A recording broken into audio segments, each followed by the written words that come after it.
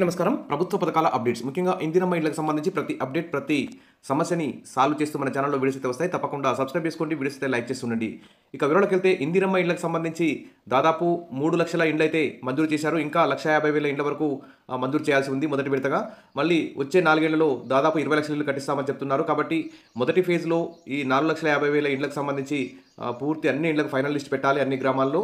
తర్వాత రెండో విడతగా ఆల్రెడీ 1 ఇయర్ పూర్తి కావస్తుంది. ఇప్పుడు రెండో విడత కూడా కొత్త లిస్టు కూడా తయారు చేసి మళ్ళీ రెండో విడత కూడా 4 లక్షల ఇండ్లు మంజూరు చేసే విధంగా ప్రభుత్వం చర్యలు తీసుకోవాలి. ఇక ప్రస్తుతానికి ముఖ్యమైన అప్డేట్ చూస్తే చాలామంది అయితే ఇందిరమ్మ ఇళ్ల కోసం అయితే మొదటి లిస్టులో రాని వాళ్ళందరూ కూడా ఎదురు చూస్తున్నారు. ఇక లిస్ట్ 1, లిస్ట్ 2, లిస్ట్ 3 ఈ విధంగా విభజించారు. కానీ మరి లిస్ట్ 1 వారికి అయితే ఇప్పుడు ఇండ్లు ఇస్తున్నారు. ఇంకా త్వరలో లిస్ట్ 2 వారికి కూడా ఇండ్లు ఇచ్చే విధంగా ప్రభుత్వం చర్యలు తీసుకోవాలి.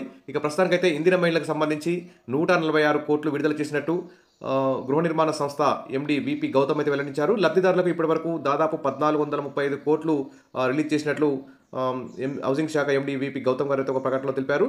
ఇక రాష్ట్ర వ్యాప్తంగా 2.15 లక్షల ఇండ్ల పనులు ప్రారంభం కాగా 1,21.29 లక్షల ఇండ్ల పనులు పురోగతిలో ఉన్నాయని వెల్లడించారు. వాటిలో సుమారు 20,000 ఇండ్లు గోడలు, 8,633 ఇండ్లు రూఫ్ స్థాయి వరకు పూర్తయ్యాయని వివరించారు. రాష్ట్ర వ్యాప్తంగా నిర్మాణం పూర్తయిన ఇండ్లకు గృహప్రవేశాలు కూడా జరుగుతున్నాయని పేర్కొన్నారు.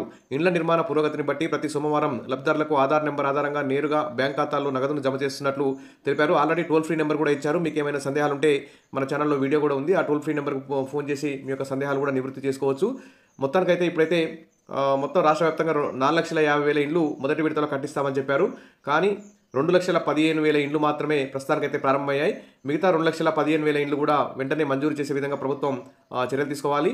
ఇక లిస్ట్ 2లో ఉన్న వారికి కూడా ఇందిరమ్మ ఇండ్లు మంజూరు చేసే విధంగా ప్రభుత్వం చర్యలు తీసుకోవాలి. అదేవిధంగా డబుల్ బెడ్రూమ్ ఇళ్లను కూడా అర్హులైనటువంటి పేదలకు వెంటనే పంపిణీ చేయాలి అని చెప్పి అందరూ కూడా ఆశిస్తున్నారు. ప్రభుత్వం మరి త్వరలో జరగబోయే క్యాబినెట్ సమావేశంలో ఆ దిశగా చర్యలు తీసుకుంటుందని చెప్పి ఆశిద్దాం. ఇందిరమ్మ ఇళ్లకు సంబంధించి మీకు ఏమైనా డౌట్ ఉంటే టోల్ ఫ్రీ నెంబర్కి ఫోన్ చేయండి. మన ఛానల్లో వీడియో కూడా ఉంది. తర్వాత ఇంకేమైనా సందేహాలు ఉంటే కామెంట్ సెక్షన్లో పెట్టండి, నేను క్లియర్ చేస్తాను. Wish all the best. మీ అందరికీ ఇల్లు రావాలి, సొంత ఇంటి కల నెరవేరాలని కోరుకుంటూ వీడియోస్ అయితే లైక్ చేయండి, సబ్స్క్రైబ్ చేసుకోండి. Thank you.